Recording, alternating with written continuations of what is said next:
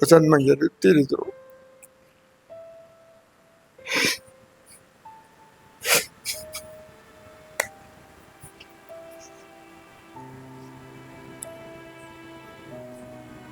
ಆವಾಗ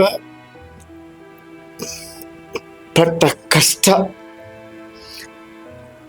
ಈ ಆಹಾರವನ್ನು ಒದಗಿಸುವುದು ಅಥವಾ ಇವ ಎಲ್ಲಿದ್ದಾನೆ ಅಂತ ನಮಗೂ ಗೊತ್ತಿಲ್ಲ. ಆಹಾರವನ್ನು ಒದಗಿಸುವ ಎಲ್ಲಿದ್ದಾನೆ ಅಂತಲೂ ಗೊತ್ತಿಲ್ಲ.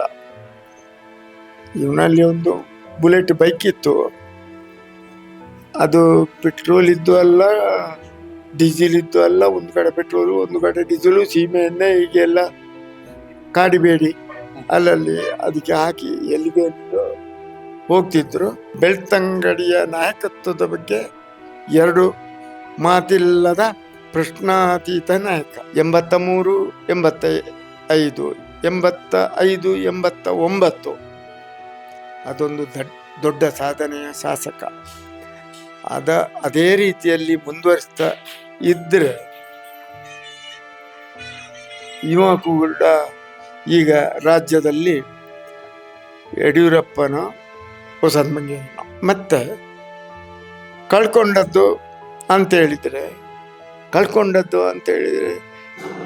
ಅದು ಓಪನ್ ಆಗಿ ನಾನು ಬಿಚ್ಚು ಮನಸ್ಸಿಂದ ಹೇಳ್ತೇನೆ. ಸಂಬಂಧಿಕರಿದ್ದೆ, ನಮ್ಮವರಿದ್ದೆ. ಈಗ ಬೆಂಗಳೂರಿಂದ ಬರುವಾಗ ಪ್ರಾಯಶಃ 2 ಗಂಟೆಗೆ ಎಲ್ಲಿ ಬರ್ತದೆ, ಎದುರುಗೊಳ್ಳಿಕ್ಕೆ ಹೋಗುವಂಥವರು ಕಾಂಗ್ರೆಸ್ಸಿನವರಲ್ಲ, BJPಯವರೇ. ಬೆಳ್ತಂಗಡಿ ತಾಲೂಕಿನ BJPಯವರೇ ಹೋಗ್ತಾರೆ. ಹಾಗೆ ನನ್ನನ್ನು ಕೂಡ ಬರ್ತೀರಂತ ನಾನು ಎಲ್ಲಿಗೂ ನನ್ನ ಕಾರಿನಲ್ಲಿಯೂ ಹೆಚ್ಚು ದೂರ ಒಡನಾಟಕ್ಕೆ ನಾನು ಹೋಗುವುದಿಲ್ಲ ಈಗ ಅಂತ ವಸಂತ ಮಂಗ್ಯರು. ಅಲ್ಲಿಂದ ಕೇತೆಯಿಂದ ಬರುವಾಗಲೂ ಕಬಡ್ಡಿಗಾಗಿಯೇ ಕದ್ದು ಬರುವಂಥದ್ದು, ಕಬಡ್ಡಿ ಆಟಕ್ಕೆ ಆಡಲಿಕ್ಕಾಗಿ. ಕಾಲೇಜಿನಲ್ಲಿಯೂ ಕಬಡ್ಡಿ ಪ್ಲೇಯರ್ ಆಗಿ ಸ್ಟೇಟ್ ಲೆವೆಲ್ನ ರೆಕಾರ್ಡನ್ನು ಪಡೆದಂಥ ವಸಂತ ಮಂಗ್ಯರ. ನನ್ನನ್ನು ಅವ ವಸಂತನಿ, ನಾನು ಅವರನ್ನು ವಸಂತ ಅಂತಲೇ, ವಸಂತ ಅಂತ. ಮತ್ತೆ ಸ್ವಲ್ಪ ನಿಮ್ಮ ಎದುರುಗಳಲ್ಲಿ ಭಾವ ಅಂತ ಕರೆಯೋದು. ನಾವು ಒಟ್ಟಿಗೆ ಎಲ್ಲಿಯಾದರೂ ಸೇರಿದರೆ ಅಲ್ಲೇ ಬಾವಡಕೇನಿ ಅಂತ, ನಾನು ಕೂಡ ಭಾವ ಹೆಚ್ಚಿನ ಅಂತ, ಹಾಗೆ ಭಾವ ಅಂತ ಹೊರಗಡೆಗೆ ಅಲ್ಲ, ನೀವೆಲ್ಲ ಇರುವಾಗ, ಯಾರಾದರೂ ಇರುವಾಗ ಹೊರಗಡೆ ಮನೆಯಲ್ಲಿ ವಸಂತನೇ. ಜಗಳ ಮಾಡಿಕೊಂಡದ್ದು ಹಲವಾರು ಸಲ ಉಂಟು. ಯಾವುದಕ್ಕೂ ಸಣ್ಣ ಪುಟ್ಟ ಮಕ್ಕಳ ಆಟಿಕೆ ಅಂತ ಹೇಳ್ತಾರಲ್ಲ, ಜಗಳ ಮಾಡಿ ಪೆಟ್ಟು ಮಾತ್ರ ಹೊಡ್ಕೊಳ್ಳಿಲ್ಲ. ಅವನ ತಪ್ಪನ್ನು ಅವನಿಗೆ ಅರಿವು ಆಗ್ತದೆ, ಒಮ್ಮೊಮ್ಮೆ ನನ್ನಿಂದ ತಪ್ಪಾಗಿದೆ ಅಂತ. ಮತ್ತೆ ನನ್ನ ಮನೆಗೆ ಬಂದು ಆವಾಗಲೇ ನನ್ನ ಹೆಂಡತಿಯಲ್ಲಿ ಕ್ಷಮೆ ಹೇಳ್ತಾನೆ ಅಂತ ಮನುಷ್ಯ. ಅದೆಲ್ಲ ನೋಡುವಾಗ ಅವ ಈ ರೀತಿಯಲ್ಲಿ ಸಾಯಲಿಕ್ಕೆ ಕೂಡ್ದಿತ್ತು ಅಂತ. ಸಾಯುವವರೇ, ಎಲ್ರೂ ಸಾಯುವವರೇ, ಈ ರೀತಿ ಸಾಯಲಿಕ್ಕೆ ಕೂಡ್ತು ಕಟ್ಟಗಡೆಗೆ ಅಂತ ನನ್ನ ಒಂದು ವೇದನೆ. 11 ಗಂಟೆಗೆ ಅಂತ ಹೇಳಿದ್ರೆ ಎಂಥದಕ್ಕೆ ಹೇಳಲಿಕ್ಕೆ ಅಂತ ನನಗೆ ಗೊತ್ತಿಲ್ಲ. ಒಟ್ಟಾರೆ ಮಾತಾಡ್ತಾ ಇಲ್ಲ ಇಲ್ವಾ, ನಾನು ಗಮನಿಸಲಿಲ್ಲ. ಅಂತ ಹೇಳಿದರೆ ಎಲ್ಲರನ್ನೂ ಕಳಿಸಿ, ಯಾರು ಇಲ್ಲದ ಸಮಯ 11 ಗಂಟೆ ಮಧ್ಯಾಹ್ನ ನೀನು ಮನೆಗೆ ಬರಬೇಕಂತ ಹೇಳಿದ್ದ. ನನಗೇನೋ ಹೋಗ್ಲಿಕ್ಕೆ ಆಗಲಿಲ್ಲ. ನಾಳೆ 11 ಗಂಟೆಗೆ ಹೋದರೆ ಆಯಿತು ಅಂತ ಆಲೋಚನೆ ಮಾಡಿದ್ದೇನೆ ಹೊರತು ಯಾಕೆ ಅಂತ ಗೊತ್ತಾಗಲಿಲ್ಲ. ಅವತ್ತೇ ಅವ ಏಜಿಗೆ ಅಡ್ಮಿಟ್ ಆಗಿದ್ದಾನೆ. ಆ ನಂತರ ನಾವು ಮುಕ್ತ ಮಾತಾಡಲಿಲ್ಲ. ಏನೋ ಗುಪ್ತ ಇತ್ತೋ ಏನೋ ಹೇಳಲಿಕ್ಕೆ, ಅದು ನನಗೆ ವ್ಯಥ ಆಗುತ್ತೆ. 11 ಗಂಟೆಗೆ ನಾನು ಹೋಗಲಿಲ್ಲ. ಬೆಳ್ತಂಗಡಿ ತಾಲೂಕಿನ ಹಿರಿಯ ರಾಜಕೀಯ ಮುತ್ಸದ್ದಿ ಮಾಜಿ ಶಾಸಕ ವಸಂತ ಬಂಗೇರ ಅವರ ನಿಧನದ ಬಗ್ಗೆ ಮತ್ತು ಅವರ ಒಡನಾಟ, ಅವರ ನಾಯಕತ್ವ, ಅವರ ಬಾಲ್ಯ ಜೀವನ ಎಲ್ಲದರ ಬಗ್ಗೆಯೂ ಕೂಡ ಮಾತನಾಡೋದಕ್ಕೆ ಅವರ ಸಹೋದರ ಮಾವನ ಮಗ ಅಂದರೆ ಭಾವ ಇದ್ದಾರೆ ನಮ್ಮ ಜೊತೆಗೆ. ಯಾಕಂತಂದ್ರೆ ಇವರು ಭಾವ ಬಹಳ ಒಡನಾಟದಲ್ಲಿದ್ರು. ಒಂದೇ ಒಂದು ಬಾಲ್ಯವೂ ಕೂಡ ಒಟ್ಟಿಗೆ ಕಳೆದಿದ್ರು. ಜೊತೆಗೆ ಅಂದಿನಿಂದ ಇಂದಿನ ತನಕ ಒಂದು ಸ್ನೇಹತ್ವ ಇತ್ತು, ಬಹಳ ಆಪ್ತರಾಗಿದ್ರು ಅನ್ನುವಂತ ಕಾರಣಕ್ಕೆ ವಸಂತ ಸಾಲಿಯಾನ್ ಕಾಪಿನಡ್ಕ ಇವರು ನಮ್ಮ ಜೊತೆಗಿದ್ದಾರೆ. ಸರ್, ವಸಂತ ಬಂಗೇರ್ರವರನ್ನ ಕಳೆದುಕೊಂಡಿದ್ದೇವೆ, ಏನು ಹೇಳ್ತೀರಿ? ಅದು ಬಹಳ ದುಃಖ ಆಗ್ತದೆ. ಈಗ ನಾನು ಸ್ನಾನ ಮಾಡಿ ಬಂದಿದ್ದಷ್ಟೇ. ಪ್ರಾಯಶಃ ಒಡನಾಟಿ ಮತ್ತು ಒಂದೇ ಸಹಪಾಠಿ, ಜಗಳ ಮತ್ತು ರಾಜಿ ಎಲ್ಲ ಆಗುವಂಥವ್ರೆ. ಮೊನ್ನೆ ಅವ ಮಣಿಪಾಲ ಆಸ್ಪತ್ರೆಗೆ ಹೋಗುವಾಗಲೂ ಅವನ ಹೆಂಡತಿಯಲ್ಲಿ ಸಾಲಿಯನ್ನ ಫೋನ್ ಬಂದರೆ ನನಗೆ ಕೊಡಬೇಕಂತ ಹೇಳಿದ್ದಾನಂತೆ. ಹಾಗೆ ಅವಳು ಕೂಡ, ಅವನ ಹೆಂಡತಿ ಸುಜಿತಾ ಕೂಡ ಹೇಳಿದ್ಲು. ಮತ್ತು ನಾವು ರಾಜಕೀಯದಲ್ಲಿಯೂ ಶುರು ಒಟ್ಟಿಗೆ ಇದ್ದೆವು. ಬೆಳೆದು ನಾನು ನಮ್ಮ ಪಂಚಾಯತ್ ಬೆಳಂಜದಲ್ಲಿ ಅಧ್ಯಕ್ಷನಾದ. ಅವ ಕುವೆಟು ಪಂಚಾಯತಿ ಅಂತೇಳಿ ಗುರುವಾಯನಕೆರೆ ಪಂಚಾಯತಿಯಲ್ಲಿ ಪಂಚಾಯತ್ ಅಧ್ಯಕ್ಷನಾದ. ತದನಂತರ 83ರಲ್ಲಿ ಅವ ಇಲೆಕ್ಷನ್ಗೆ ನಿಂತ BJPಯಲ್ಲಿ.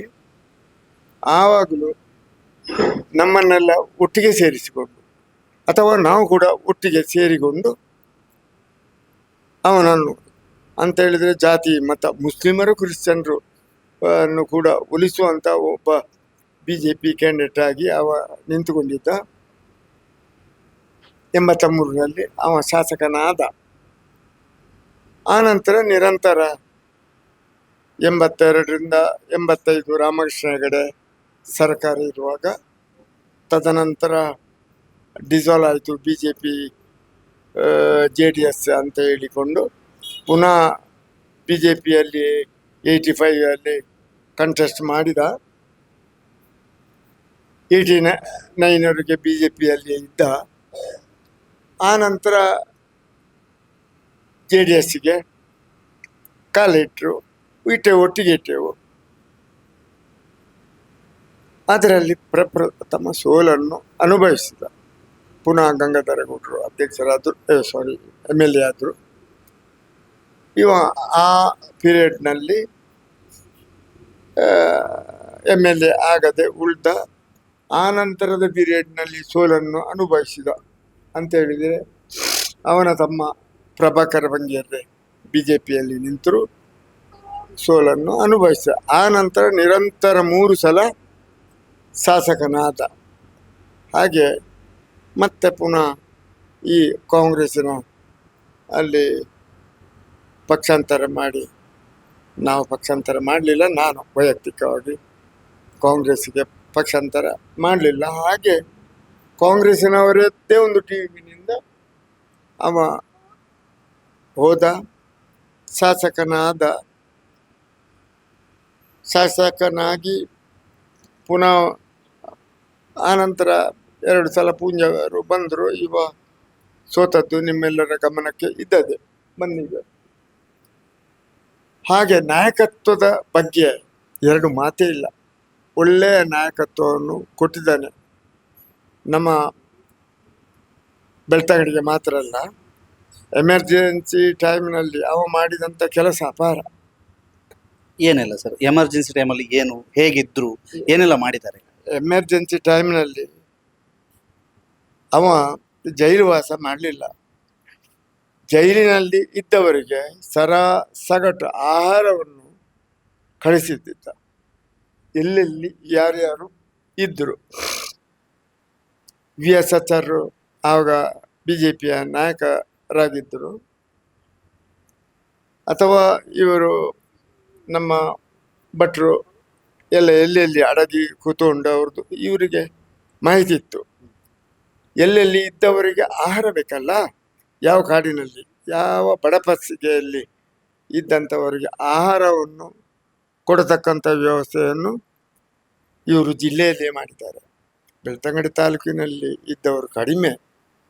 ಎಮರ್ಜೆನ್ಸಿ ಟೈಮಿನಲ್ಲಿ ಹೋದವರು ಬಂಟ್ವಾಳದ ಅಥವಾ ಉಡುಪಿಯಲ್ಲಿ ತುಂಬ ಜನರು ಹೋಗಿದ್ದರು. ಅವರಿಗೆ ಆಹಾರವನ್ನು ಕೊಡುವ ತಕ್ಕಂಥ ವ್ಯವಸ್ಥೆಯನ್ನು ಕದ್ದು ಮುಚ್ಚಿ ಇವ ಆವಾಗ ಗಡ್ಡಧಾರಿಯೂ ಆಗಿದ್ದ.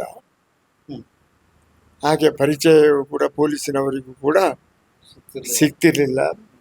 ಒಂದು ವೇಳೆ ಪೊಲೀಸಿನವರು ಸಿಗ್ತಿದ್ದರು ಇವರ ಪರಿಚಿತರೇ. ಆದ್ದರಿಂದ ಇವರ ಬೆನ್ನ ಹಿಂದೆ ಒಬ್ಬರು SI ಕೂಡ ವಸಂತ್ ಕುಮಾರ್ ಅಂತಲೇ ಇದ್ದರು. ಅವರು RSSನವರೇ. ಹೇಳಲಿಕ್ಕೆ ಕೂಡ್ದಾದರೂ ಇನ್ನೂ ಹೇಳ್ಬೋದು. ಯಾಕಂತ ಹೇಳಿದ್ರೆ ಅವರು ತಿರಿದರು ನೋಡಿ, ವಸಂತ್ ಮಂಜರು ತಿರಿದರು.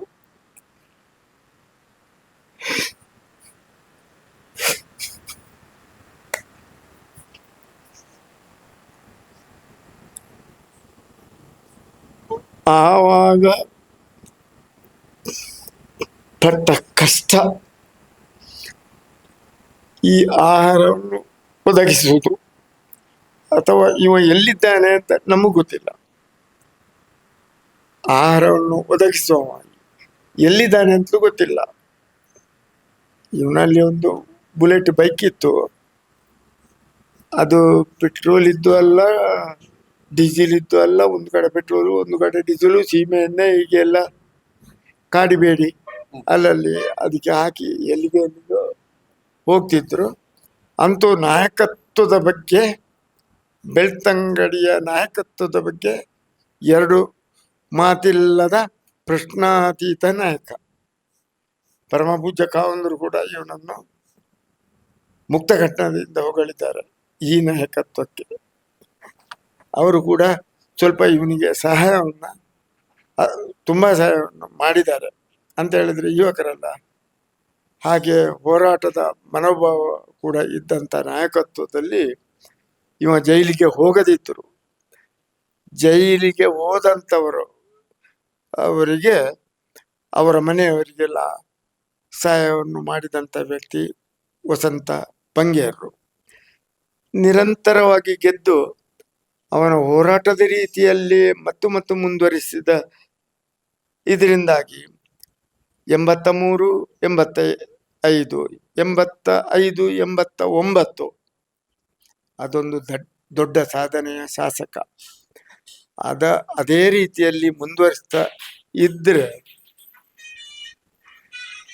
ಇವ ಕೂಡ ಈಗ ರಾಜ್ಯದಲ್ಲಿ ಯಡಿಯೂರಪ್ಪನ ವಸಂತ ಬಂಗೇರನ ಹಾಗಿರ್ತೇನೋ ಅಂಥ ರೀತಿಯ ನಾಯಕ. ಆ ರೀತಿಯ ನಾಯಕತ್ವದ ಒಂದು ಗುಣ ಅವನಲ್ಲಿ ಇತ್ತು. ಮತ್ತೆ ಕಳ್ಕೊಂಡದ್ದು ಅಂತೇಳಿದರೆ ಅದು ಓಪನ್ ಆಗಿ ನಾನು ಬಿಚ್ಚು ಮನಸ್ಸಿಂದ ಹೇಳ್ತೇನೆ. ಸಂಬಂಧಿಕರಿಂದಲೇ, ನಮ್ಮವರಿಂದಲೇ.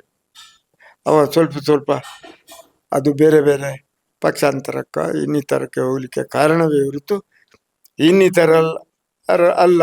ನೋಡಿ, ಈಗಲೂ ನನಗೆ ಸಾಕಷ್ಟು ಫೋನ್ ಬಂತು, BJP ಅವ್ರದ್ದೇ. ನಾಳೆ ಬರ್ತಾರೆ, ಅವನ ಇದು ಬರುವಾಗ ಬರ್ತಾರೆ. ಮತ್ತು ಕೆಲವರು ಈಗ ಎದುರು ಹೋಗ್ತಾರೆ. ಎಲ್ಲಿ ಹೋಗ್ತಾರೆ? ಈಗ ಬೆಂಗಳೂರಿಂದ ಬರುವಾಗ ಪ್ರಾಯಶಃ 2 ಗಂಟೆಗೆ ಎಲ್ಲಿ ಬರ್ತದೆ, ಎದುರುಗೊಳ್ಳಿಕ್ಕೆ ಹೋಗುವಂಥವರು ಕಾಂಗ್ರೆಸ್ಸಿನವರಲ್ಲ, BJP ಅವರೇ. ಬೆಳ್ತಂಗಡಿ ತಾಲೂಕಿನ BJP ಅವರೇ ಹೋಗ್ತಾರೆ.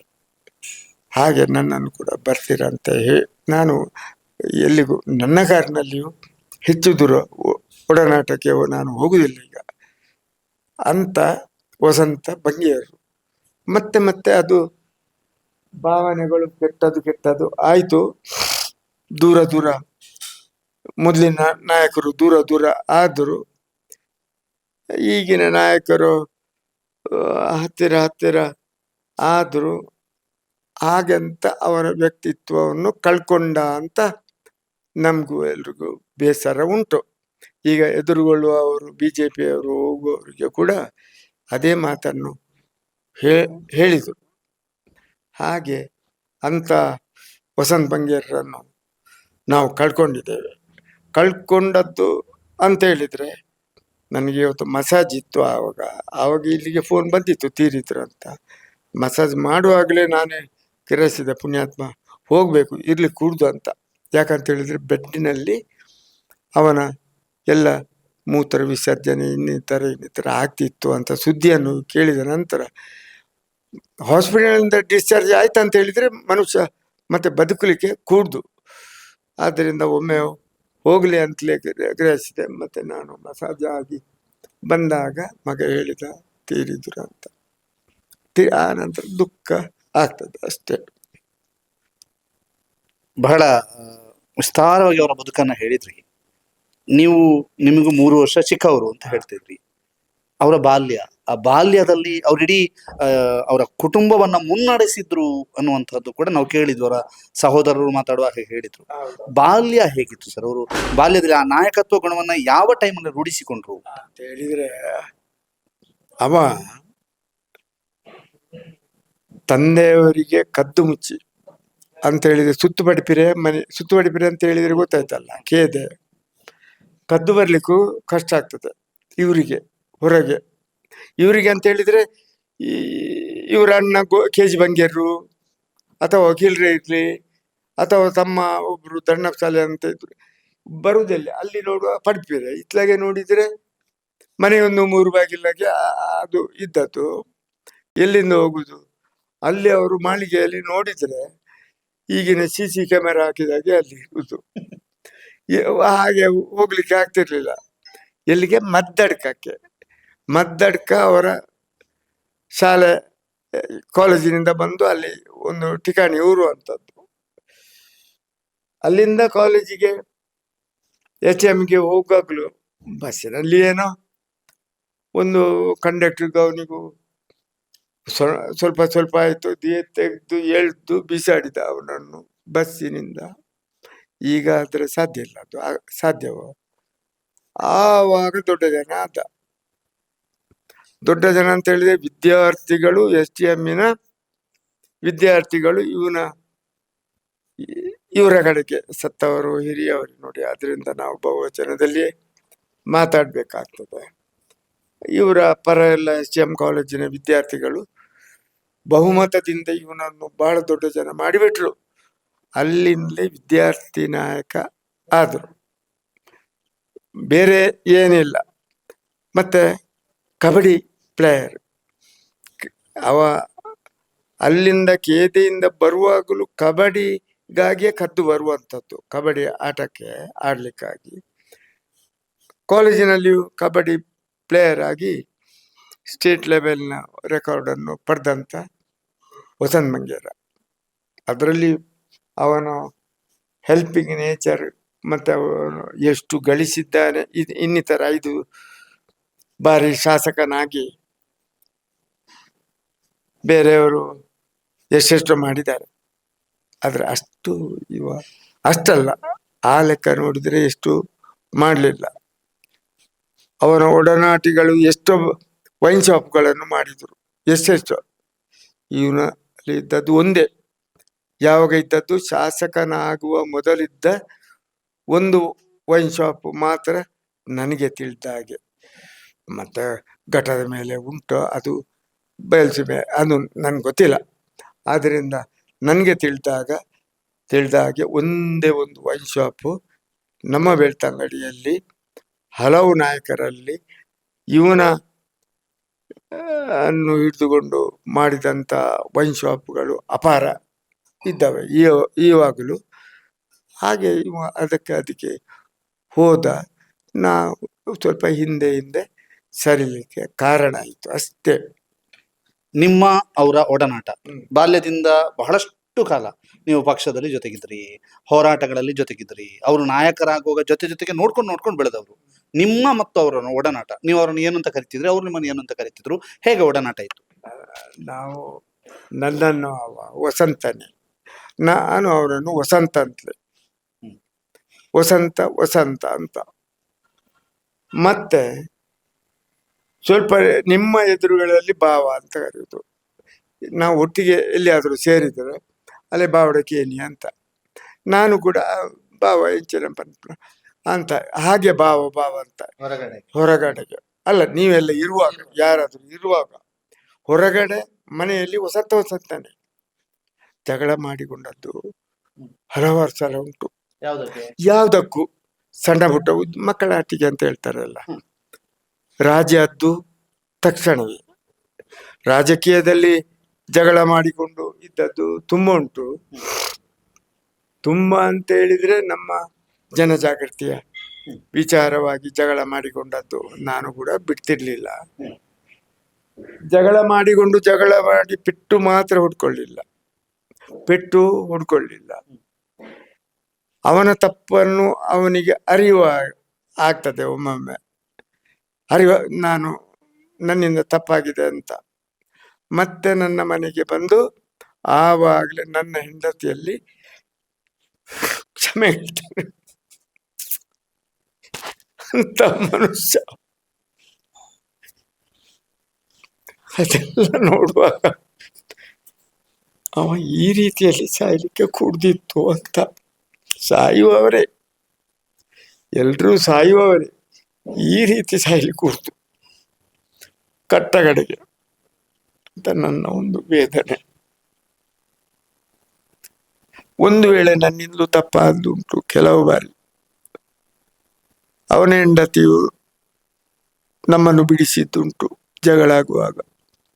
ನನ್ನಿಂದ ತಪ್ಪಾಗಿದೆ ಅಂತ ನಾನು ಅಲ್ಲಿಗೆ ಹೋಗುವಾಗ ನಮ್ಮ ಸರಿ ಸಮಾನರಾಗಿ ನೋಡಿ ನನ್ನ ಹೆಂಡತಿ ಅಥವಾ ಅವನ ಹೆಂಡತಿ ಎಲ್ಲ ಸೇರಿ ರಾಜ್ಯದ್ದು ಕೂಡ ಉಂಟು. ಪುನಃ ಅದೇ ರೀತಿ ನಮ್ದು ಅಂತ ಹೇಳಿದ್ರೆ ಅದು ರಾಜಕೀಯದ ದೃಷ್ಟಿಯಲ್ಲ. ಭಾವ ಅಂತ ಒಂದುಂಟಲ್ಲ, ಭಾವ ಅಂತ ಹೇಳಿಕೊಂಡು ಆತ್ಮೀಯತೆ, ಅದರಿಂದ ಮಾತ್ರ ಅಂತ ಹಾಗಂತ ತುಂಬಾ ಜನರು ನಾವು ಭಾವ ಇದ್ದೇವೆ. ಆದರೆ ನನ್ನನ್ನು ನಂಬಿದಷ್ಟು ಅವ ಯಾರನ್ನು ನಂಬಲಿಲ್ಲ ಇಷ್ಟವರೆಗೂ. ಅವ ಮೊನ್ನೆ ಆಸ್ಪತ್ರೆಗೆ ಹೋಗುವವರೆಗೂ, ಎಲ್ಲಿಗೆ ಏಜೆಗೆ ಹೋಗುವವರೆಗೂ ಅಷ್ಟು ನನ್ನಲ್ಲಿ ವಿಶ್ವಾಸವನ್ನು ಇಟ್ಟುಕೊಳ್ತಿದ್ದ. ಒಂದು ದಿವಸ ಹೋಗುವ ಮೊದಲು 11 ಗಂಟೆಗೆ ನನ್ನನ್ನು ಬರ್ಲಿಕ್ಕೆ ಹೇಳಿದ್ದ ಅವರ ಮನೆಗೆ. 11 ಗಂಟೆಗೆ ಅಂತ ಹೇಳಿದ್ರೆ ಎಂಥದಕ್ಕೆ ಹೇಳಲಿಕ್ಕೆ ಅಂತ ನನ್ಗೆ ಗೊತ್ತಿಲ್ಲ. ಒಟ್ಟಾರೆ ಮಾತಾಡ್ತಾ ಇಲ್ಲ ಇಲ್ವಾ ನಾನು ಗಮನಿಸಲಿಲ್ಲ. ಅಂತ ಹೇಳಿದ್ರೆ ಎಲ್ಲರನ್ನೂ ಕಳಿಸಿ, ಯಾರು ಇಲ್ಲದ ಸಮಯ 11 ಗಂಟೆ ಮಧ್ಯಾಹ್ನ ನೀನು ಮನೆಗೆ ಬರ್ಬೇಕಂತ ಹೇಳಿದ್ದ. ನನಗೇನೋ ಹೋಗ್ಲಿಕ್ಕೆ ಆಗ್ಲಿಲ್ಲ. ನಾಳೆ 11 ಗಂಟೆಗೆ ಹೋದ್ರೆ ಆಯ್ತು ಅಂತ ಆಲೋಚನೆ ಮಾಡಿದ್ದೇನೆ ಹೊರತು ಯಾಕೆ ಅಂತ ಗೊತ್ತಾಗಲಿಲ್ಲ. ಅವತ್ತೇ ಅವ ಏಜೆಗೆ ಅಡ್ಮಿಟ್ ಆಗಿದ್ದಾನೆ. ಆ ನಂತರ ನಾವು ಮುಕ್ತ ಮಾತಾಡಲಿಲ್ಲ. ಏನೋ ಗುಪ್ತ ಇತ್ತೋ ಏನೋ ಹೇಳಲಿಕ್ಕೆ ಅದು ನನಗೆ ವ್ಯಥ ಆಗುದು. 11 ಗಂಟೆಗೆ ನಾನು ಹೋಗ್ಲಿಲ್ಲ. ಈಗ ಅದು ನಿಮಗೆ ಕಾಡ್ತಾ ಇದೆ. ಅದೇ ಮತ್ತೆ ನಮ್ಮ ಸಂಘಕ್ಕೂ, ಬಿಲ್ಲವ ಸಂಘಕ್ಕೆ ಅದು ಜಾಗ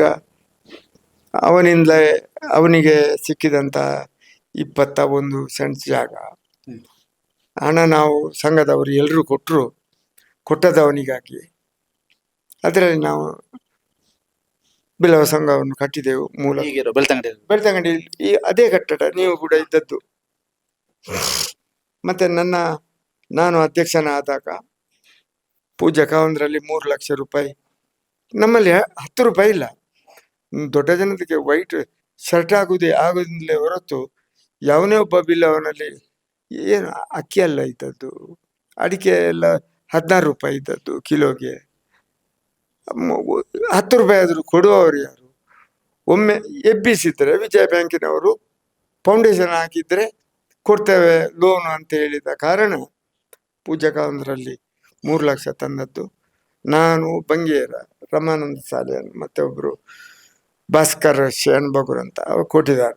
ಆ ನಂತರ ಇದ್ದದ್ದು ಆ ಬಿಲ್ಡಿಂಗ್. ಆದರೆ ಕರ್ತೃ ಅವನೇ, ಯಾಕೆಂತ ಹೇಳಿದ್ರೆ ಅವನಿಗೆ ಕೊಟ್ಟ ಸ್ಥಳ ಅದು ಜಾಗ ರಾಮನಾಯ್ಕರು.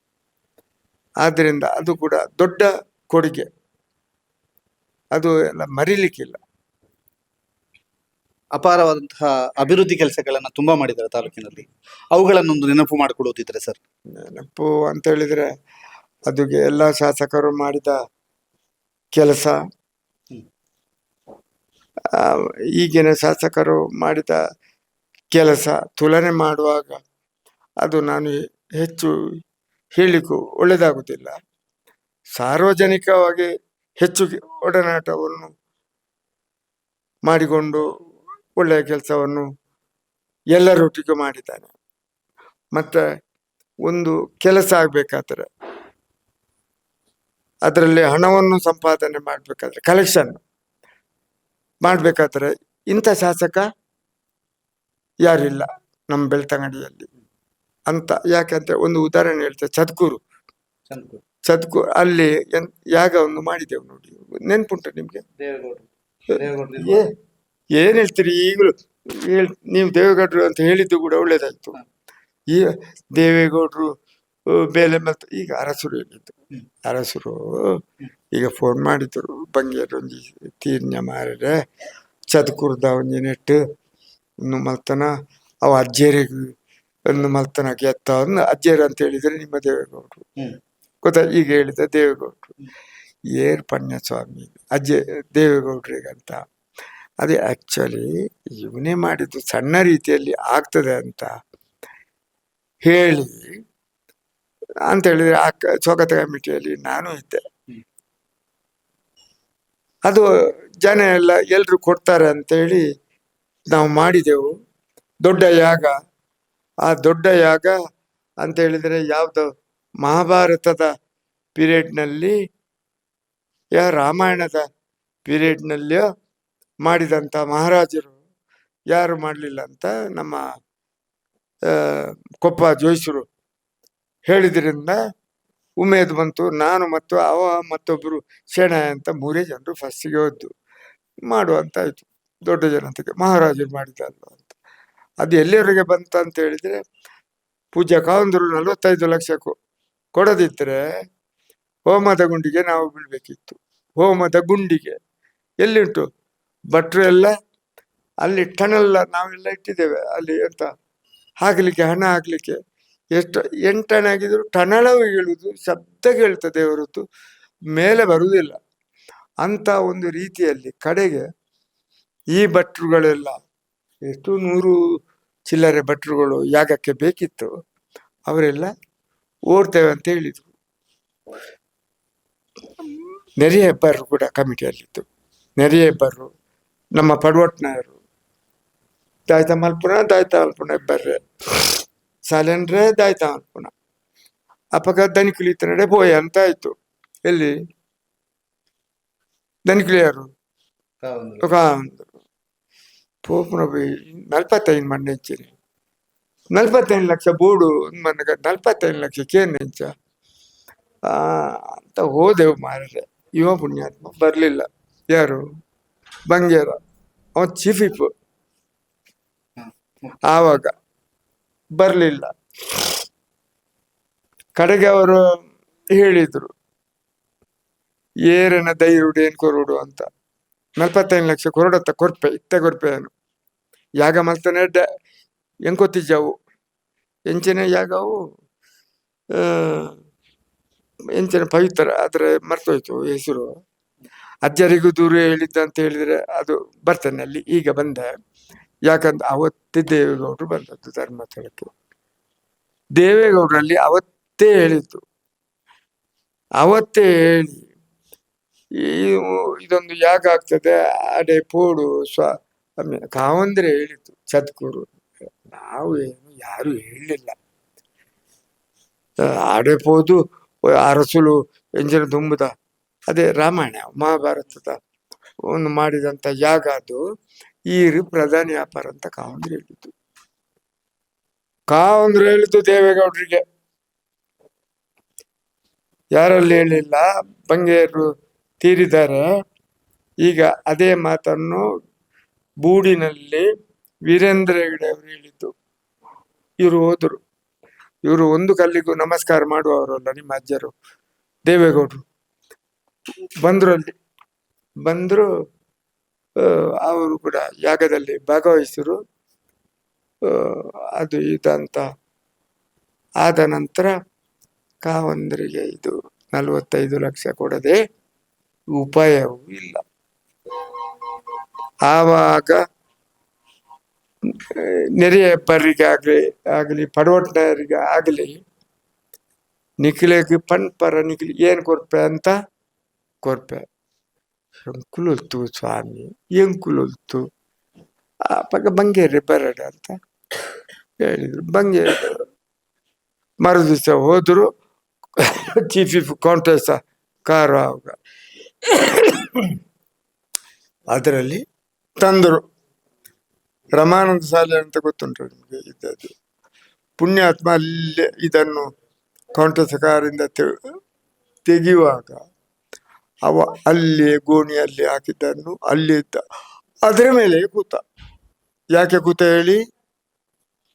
ಸೀತಾ ನದಿಯಲ್ಲಿ ಒಂದು ಎಮ್ಮೆ ಸತ್ತರೆ ಗೋಣಿ ಹಾಕಿ ಅದರಲ್ಲಿ ರೋಗದ್ದಲ್ಲ ಅಂತ ಗೊತ್ತಾಗ್ಬೇಕಲ್ಲ, ಎಮ್ಮೆ ಸತ್ತದ್ದು ಹಾಗೆ ಕೂತ್ಕೊಂಡದಿವ. ಮತ್ತೆ ಒಂದೊಂದೇ ಕಟ್ಟನ್ನು ತೆಗೆದು ಈ ಭಟ್ರುಗಳಿಗೆ ದಾನ ರೂಪ ಮಾಡಿದೆವು. ಪುಣ್ಯಕ್ಕೆ ನೀವು ದೇವೇಗೌಡರು ಅಂತ ಹೇಳಿದ್ದು ಕೂಡ ಸರಿಯೇ, ದೇವೇಗೌಡರು ಪ್ರಧಾನಿಯೂ ಆದರು. ಜೋಯಿಸರು, ಕೊಪ್ಪ ಜೋಯಿಸರು ಆ ನಂತರ ಇತ್ಲಗೆ ನೋಡ್ಲೇ ಇಲ್ಲ. ಆ ಕೋಣ ಬಲಿ ಕೊಡ್ಬೇಕಂತ ಉಂಟಲ್ಲ, ಬಲಿ ಕೊಟ್ಟದ್ದಲ್ಲ, ಅಪಪ್ರಚಾರವನ್ನು. ಈಗ ಒಬ್ರು ಏನನ್ನ ಅಂತ ಹೇಳಿದ್ರೆ ಅವು ವಿರೋಧ ಪಕ್ಷದ, ಆವಾಗ ವಿರೋಧ ಪಕ್ಷದವರು ಕಾಂಗ್ರೆಸ್ಸಿನವರು ಇದ್ದದ್ದು. ಆ ನಂತರ ಅವರ ಪೀರಿಯಡ್ನಲ್ಲಿ ಮಾಡುವಾಗ ಅದು BJP ಅವರು ಹೇಳಿದ್ರು ಅಂತ ಹೇಳುವಂಥದ್ದೊಂದು ವಾಡಿಕೆ. ಆ ಕೋಣವನ್ನು ಬಲಿ ಕೊಡಲಿಲ್ಲ. ಸಿರ್ಸಿಗೆ ಮಾರಿಯಮ್ಮನಲ್ಲಿಗೆ ಕಟ್ಟಿದಂತ ನಾನು ಕಣ್ಣಾರೆ ನೋಡಿದ್ದೇನೆ. ಅಲ್ಲಿ ಕಟ್ಟಿದ್ದಾರೆ ಅಂತ ಕೋಣಗಳು ಹಲವಾರು ಇದೆ ಅಲ್ಲಿ ಸಿರ್ಸಿ ಮಾರಿಯಮ್ಮ. ಅದು ಹಾಗೆ ದೇವೇಗೌಡರದಂತ ಹೇಳುವಾಗ ಇಷ್ಟು ಹೇಳಿದ್ದೇನೆ ಹೊರತು ಇಲ್ಲ ಇದರ ಬಂಗೇರ ಇದಕ್ಕೆ ಟ್ಯಾಕಲ್ ಅದು ಕೂಡ ಸ್ವಲ್ಪ ಆಯಿತು. ಅರಸರು ಈಗ ಹೇಳಿದ್ರು ಅದನ್ನು, ಅಜ್ಜರ್ನ ಅಂತ ಅವ್ರು ಹೇಳಿದ್ರು, ನೀವು ದೇವೇಗೌಡರು ಅಂತ ಹೇಳಿದರು ಅಂತ ಕಥೆ. ಒಂದು ಈಗ ಸಿದ್ದರಾಮಯ್ಯ ಅವರು ಒಂದು ಸಾಂತ್ವನದ ನುಡಿಗಳನ್ನ ಸಾಮಾಜಿಕ ಜಾಲತಾಣದಲ್ಲಿ ಬರೆದಿದ್ದಾರೆ, ತನ್ನ ಗೆಳೆಯ ಅಂತ. ಈ ಹಿಂದೆ ಒಂದು ವಸಂತ ವಿನ್ಯಾಸ ಅನ್ನುವಂಥ ಕಾರ್ಯಕ್ರಮದಲ್ಲಿ ಒಂದು ಮಾತಾಡಿದಂಥ ಸಂದರ್ಭದಲ್ಲಿ ವಸಂತ ಬಂಗೇರರು ಮಂತ್ರಿ ಆಗಬೇಕಿತ್ತು ಅಂತ ಹೇಳಿದ್ರು. ಮಂತ್ರಿ ಆಗುವ ಕೆಪಾಸಿಟಿ ಅವರಲ್ಲಿತ್ತು, ಮಾಡಬೇಕಿತ್ತು, ಆಗಬೇಕಿತ್ತು ಅಂತ ಹೇಳಿದ್ರು. ನೀವೀಗೆ ಅವರು ಮಂತ್ರಿ ಆಗದೇ ಇರುವ ಬಗ್ಗೆ ಅಥವಾ ಅವರ ಕೆಪಾಸಿಟಿಯ ಬಗ್ಗೆ ಏನ್ ಹೇಳ್ತೀರಿ? ಮಂತ್ರಿ ಆಗ್ಬೇಕಿತ್ತು, ಹಿಂಬಾಲಕರು ಸರಿಯೂ ಬೇಕು. ಆವಾಗ ನಾನು ಹಿಂಬಾಲಕ ಅಲ್ಲ, ಸಿದ್ದರಾಮಯ್ಯರ ಹಿಂಬಾಲಕ ನಾನಲ್ಲ. ನನ್ನನ್ನು ಹೊರತುಪಡಿಸಿ ಹಿಂಬಾಲಕರು ತುಂಬ ಜನರು ಇದ್ದಾರೆ. ಹಿಂಬಾಲಕರಿಂದಲೇ ಓದೋದು, ಇಲ್ಲದ್ರೆ ಪಾಪ ಸಿದ್ದರಾಮಯ್ಯ ಇವನಿಗೆ ಮಂತ್ರಿ ಶುವರ್ ಕೊಡ್ತಿದ್ದ, ಅದರಲ್ಲಿ ಎರಡು ಮಾತಿಲ್ಲ. ಅಷ್ಟು ವಿಶ್ವಸನೀಯ ಬಂಗೇರಿಗೂ ಸಿದ್ದರಾಮಯ್ಯ ಇತ್ತು. ಇದು ವಸಂತ ಸಾಲಿನವರ ಮತ್ತು ಬಹಳ ವಿಶೇಷವಾಗಿ ಬಾಲ್ಯದಲ್ಲಿ ಹೇಗಿದ್ರು, ರಾಜಕೀಯ ಜೀವನದಲ್ಲಾದಂತಹ ಬದಲಾವಣೆಗಳು, ಪಕ್ಷಾಂತರದ ಪರ್ವ, ಅದರ ಜೊತೆಗೆ ಅವರು ಭಾವುಕರಾಗಿಯೂ ಕೂಡ ಮಾತಾಡಿದ್ರು. ಯಾಕೆಂತಂದ್ರೆ 3ನೇ ವಯಸ್ಸು ಇವ್ರದ್ದು, ಆವಾಗ ಅವರು ಜನ್ಮ ಆಯ್ತು, ಒಟ್ಟಿಗೆ ಕಳೆದಿದ್ದಾರೆ, ಒಂದು ಸ್ನೇಹತ್ವದಲ್ಲಿ ಇತ್ತು. ಜೊತೆಗೆ ರಾಜಿ ಇದಾಗ್ತಿತ್ತು, ಕ್ಷಮೆ ಕೇಳುವಂಥದ್ದು ಇದೆಲ್ಲವೂ ಕೂಡ ನಿರಂತರವಾಗಿ ಆಗ್ತಾ ಇತ್ತು.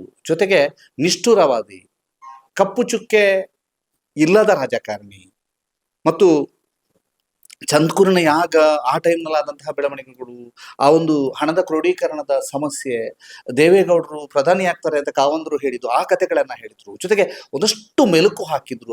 ಅದರ ಜೊತೆಗೆ ವಸಂತ ಬಂಗೇರರು ಮಾಡಿದಂಥ ಕೆಲಸ ಕಾರ್ಯಗಳು, ಅವರು ಕೊಟ್ಟಂತ ಸ್ನೇಹತ್ವ, ಎಲ್ಲದರ ಬಗ್ಗೆಯೂ ಕೂಡ ವಿಸ್ತೃತವಾಗಿ ಮಾತಾಡೋದು. ಜೊತೆಗೆ ಇಂತಹ ಸಂದರ್ಭದಲ್ಲಿ ನಾವು ಮಾತನಾಡಿಸುವಂಥದ್ದು ಎಷ್ಟು ಸರಿ ಅನ್ನುವಂಥ ಪ್ರಶ್ನೆಯೂ ಕೂಡ ಬರ್ಬೋದು. ಆದ್ರೆ ಬಂಗೇರರ ಒಡನಾಟ, ಅವರ ವ್ಯಕ್ತಿತ್ವ, ಅವರದ್ದೇ ಆಪ್ತರಲ್ಲಿ ಹೆಚ್ಚಿನದಾಗಿ ನಾವು ತಿಳ್ಕೋಬೇಕು ಅನ್ನುವಂಥ ಕಾರಣಕ್ಕಾಗಿ ಈ ವಿಶೇಷ ಸಂದರ್ಶನ ಮಾಡಿದೆ. ನಮ್ಮ ಜೊತೆಗೆ ಮಾತನಾಡಿದ್ದಕ್ಕೆ ಪ್ರೀತಿಪೂರ್ವಕ ಧನ್ಯವಾದ ಸರ್. ನಿಶಾನ್ ಬಂಗೇರ ಮತ್ತು ಪಂಚೇಶ್ ಚಾರ್ಮಾಡಿ ಜೊತೆಗೆ ದಾಮೋದರ ದೊಂಡೋಲೆ, ಸುದ್ದಿ ನ್ಯೂಸ್, ಕಾಪಿನಾಡ್ಕ.